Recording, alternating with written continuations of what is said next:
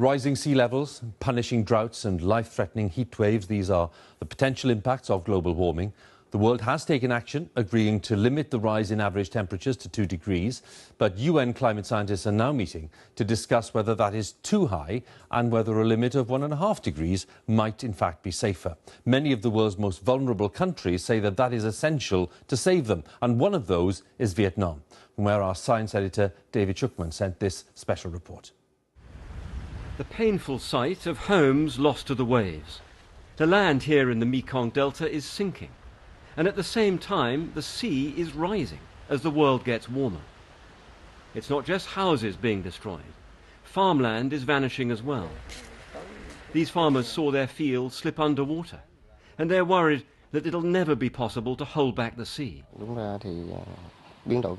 Climate change is getting worse, says Lam Van Nia, and the water level is rising so fast we don't have time to build defences. The threat is felt throughout the Mekong Delta. In the city of Can Tho, we found this flood barrier half finished. The homes behind it keep getting flooded.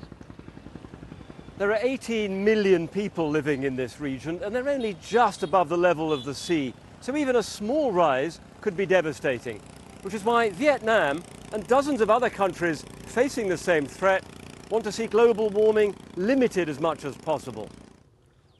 Over the centuries, floods have been positive, bringing natural fertilizer to the paddy fields, helping to make this region one of the world's great rice producers.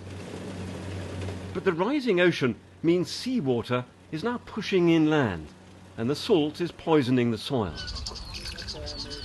A local scientist, Professor Zong Van Ni, has developed a simple test for farmers to check if the water is too salty. How much salt water here is flooding? So that's very salty? It's very salty. That's about like seawater? About seawater, yeah. So you can't grow any rice in that? Yeah, we cannot grow rice, yeah. Many parts of the delta have already given up with rice. This farmer has switched to hay, which is more tolerant of salt. The days of rice, a vital source of food, may actually be over, according to the UN's head of agriculture here. This is all under threat. The rice production is under threat.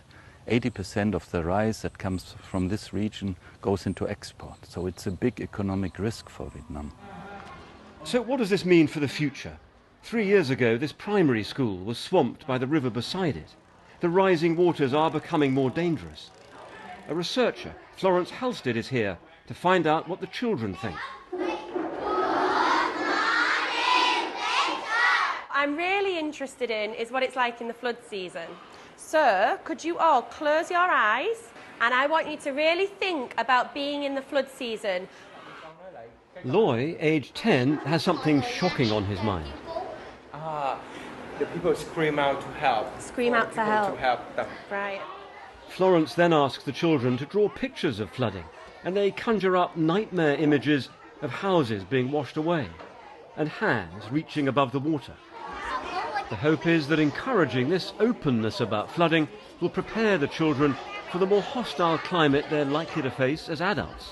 They live in a water world, and that's only going to increase. The water's not going away.